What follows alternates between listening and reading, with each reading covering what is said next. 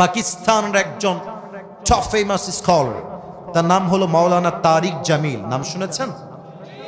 হ্যাঁ, আপনারা শুনেছেন, মাশাআল্লাহ। যুবকরা তোমরা দেখেছো, দেখবা ফেসবুকে ওনার ওয়াজ আসে, ওনার বাসা হচ্ছে পাকিস্তানে। দেখবা অলওয়েজ সাদা পাঞ্জাবি পরে, অলওয়েজ সাদা পাগড়ি, সাদা পায়জামা। তো আমি সেই দিন তাকওয়াকে নিয়ে স্টাডি করছিলাম, রিসার্চ করছিলাম যে তাকওয়া আসলে ইসলামে কাকে বলা হয়। তো আমার হঠাৎ করে আমার সামনে একটা, যা সত্য তাই বলবো, বানিয়ে বলার কোনো চান্স নাই, মিডিয়া আমার কথাগুলো রেকর্ড করছে, একটা ছোট্ট বক্তব্য আমার সামনে আসলো, যে বক্তব্যের টাইটেল ছিল এরকম উর্দুতে, আল্লাহ কা ডর বন্দে কে দিল মে कैसा होना चाहिए। আল্লাহর ভয় বান্দার অন্তরে কেমন থাকবে, আজীব এক ওয়াকিয়া, অবাক করা একটা ঘটনা। আমি ওপেন করলাম, আচ্ছা অসুস্থ হলে আপনারা কিসে ভর্তি হন? এই যে কথা না বললে দিনাজপুরের মাটির তো বদনাম হবে। অসুস্থ হলে আমরা কিসে ভর্তি হই? হসপিটাল বা মেডিকেল। আচ্ছা, এই যে পিচ্ছি, পিচ্ছি, ওকে ধরো তো, ওকে বসে দাও, বসো। ব্যাটা তো ঠ্যাং ভেঙে ফেলবো রে, চুপ করে বসো কলিজা বাবু, বসে পড়ো। সবাই তাকবীর দেন, নারায়ে তাকবীর। ভাইরা, 1 ঘন্টা ওয়াজ হয়ে গেছে, একটু পরে আজান দিবে। আমরা জানি শেষ ভালো যার, ওরে ভাই বলেন শেষ ভালো যার। আর কয়েকটা মিনিট সময় আছে, আমাকে দেওয়া যাবে কি যাবে না? তো তারিক জামিল বললেন, পাকিস্তানের একজন যুবক আফটার বিং সিক, অসুস্থ হওয়ার পরে সে একটা খ্রিস্টানদের হসপিটাল, মিশনারি হসপিটালে ভর্তি হয়েছে।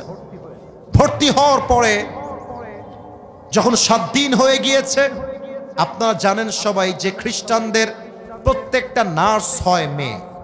আমাদের বাংলাদেশে মেডিকেলগুলোতেও নার্স হয় মেয়ে, আর বেশিরভাগ নার্সরা কিন্তু দেখতে অধিকাংশই, হাসবেন না, সুন্দরী হয়, এটাই সত্য কথা। তো পাকিস্তান তো আরো সুন্দরী।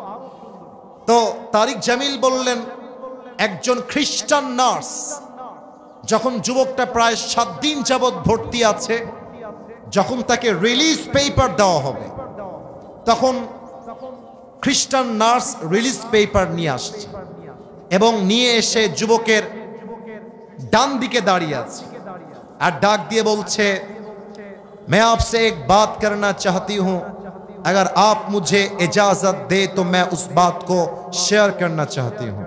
মেয়েটা বলছে, ভাই আপনি যদি আমাকে অনুমতি দেন, আমি আপনার সঙ্গে 1 মিনিট কথা বলতে চাই। তো যুবকটার, আমাকে দেখবেন সবাই, সবাই look at my face, look at my head, আমার মাথা দেখেন। যুবকটার মাথা অলওয়েজ মেয়ে আসলেই নিচের দিকে তাকায় না, মুসলমান তাকায় না, নিচের দিকে। তো যুবকটা মাথা নিচু করে বলছে, आप मुझे क्या कहना चाहती है बताइए, मैं आपकी बात सुन रहा हूं। বলেন কি বলবেন। তো মেয়েটা হচ্ছে খ্রিস্টান, যুবকটা হচ্ছে মুসলমান। মেয়েটা সোজা যুবককে ডাক দিয়ে বলছে, मैं आपसे शादी करना चाहती हूं, আমি আপনাকে বিয়ে করতে চাই। এটা কিন্তু হাসির কথা নয়, মূল মেসেজ একটু পরে পাবেন, আগে বোঝেন। যখন খ্রিস্টান মেয়ে বলছে আমি আপনাকে বিয়ে করতে চাই, যুবকের মাথার টনক নড়ে গেছে। আরে আমি হলাম মুসলমান, সে হলো খ্রিস্টান, সে আমাকে কোন বিবেকে বিয়ে করতে চায়? যুবক ঠান্ডা মাথায় বোনকে বলছে, বোন ठीक है, मैं समझ गया कि आप मुझसे शादी करना चाहती हैं, लेकिन एक बात है, यहां पे इतने सारे, आप किसी से भी शादी करना नहीं चाहती, आप मुझसे ही शादी करना क्यों चाहती है? अरे বোন, ছেলের তো অভাব নাই, কত পেশেন্ট, কত যুবক, কত ডাক্তার এই মেডিকেলে বসে আছে, সবাইকে বাদ দিয়ে आप मुझे ही क्यों शादी करना चाहती है, আপনি আমাকে কেন বিয়ে করবেন? তো তারিক জামিল বললেন, যুবকের প্রশ্নের পরে নারীটা ডাক দিয়ে বলছে, मैं आपसे शादी करना चाहती हूं, इसका एक बहुत बड़ा रीजन है मेरे पास, একটা বিশেষ কারণে আমি আপনাকে বিয়ে করতে চাই। বলছে, বলেন কি কারণ, আমি শুনতে চাই। মেয়েটা বলল, এখানে যত নার্স আছে সমস্ত নার্সের মাঝে সবাই জানে I am the most beautiful lady. আমার মতো সুন্দরী নার্স এই পুরো মেডিকেলে সেকেন্ড আর কেউ নাই। আমি যখনই পেশেন্টদের রুমে যাই চেক আপ করার জন্য, টেস্ট করার জন্য, দেখার জন্য, আমি যখনই রুমে এন্ট্রি নেই, हर कोई मुझे ऐसे ऐसे ऐसे ऐसे घूम के देखता है कि कौन आया है। সব যুবক আমার দিকে তাকায় থাকে ফেল ফেল করে, সবাই আমার রূপের প্রশংসা করে। বাট তুমি এমন একজন যুবক, আজ 7 দিন যাবত তুমি আমার এই ওয়ার্ডে ভর্তি আছো। আমি এতবার আসলাম, এতবার গেলাম, এতবার আসলাম, এতবার গেলাম, तुमने एक मर्तबा भी मुझे आँख उठा के नहीं देखा। আমার দিকে তুমি একবারও চোখ তুলে তাকাও নাই। আমি ভাবলাম সবাই তাকায়, এই যুবকটা কেন তাকায় না? আমি জানার জন্য গেলাম একজন ব্যক্তির কাছে, বললাম যে हर कोई मुझे देखता है लेकिन ये मुसलमान लड़का मुझ पर आँख उठा के भी नहीं देखता, इसका वजह क्या है? কারণ কি, আমাকে দেখে না কেন? আমাকে ডাক দিয়ে তিনি বললেন, প্রিয় বোন শোনো, মুসলমান যুবকদের জন্য গায়রে মাহরাম নারীর দিকে তাকিয়ে থাকা হারাম। তো সেই যুবক চাইলে তোমাকে দেখতে পারে, চোখের মজা নিতে পারে, বাট ওই যুবক জানে যখন সে তোমাকে তাকিয়ে দেখে চোখের মজা নিবে, আত্মার মজা নিবে, দেহের মজা নিবে, ওকে কেউ না দেখলেও দেখবে একজন। আওয়াজ দিয়ে বলেন সবাই, তিনি কে? আমি এই কথা শুনে আমি তোমার জন্য পাগল হয়ে গেছি। আমি ভেবেছি জো লড়কা, এই কথা খুব ভালো করে শুনবেন আব্বাজান, যুবক ভাইরা একটু বোঝেন মেয়ে কি বলছে দেখেন।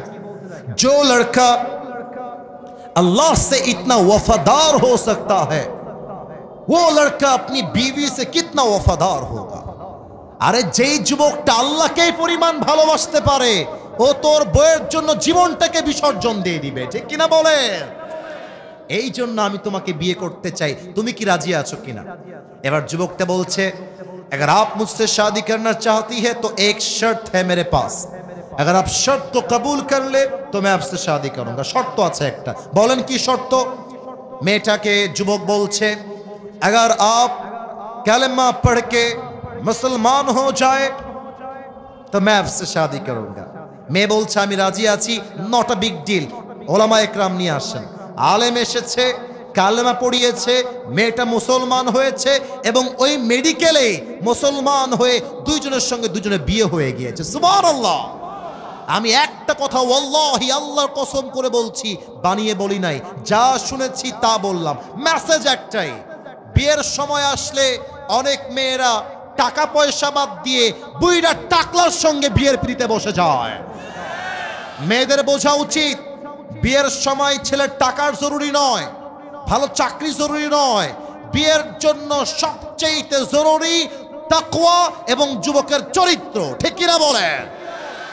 আল্লাহ প্রত্যেকটা মেয়েকে চরিত্রবান যুবক বিয়ে করার তৌফিক দান করুক, পড়েন সবাই আমিন।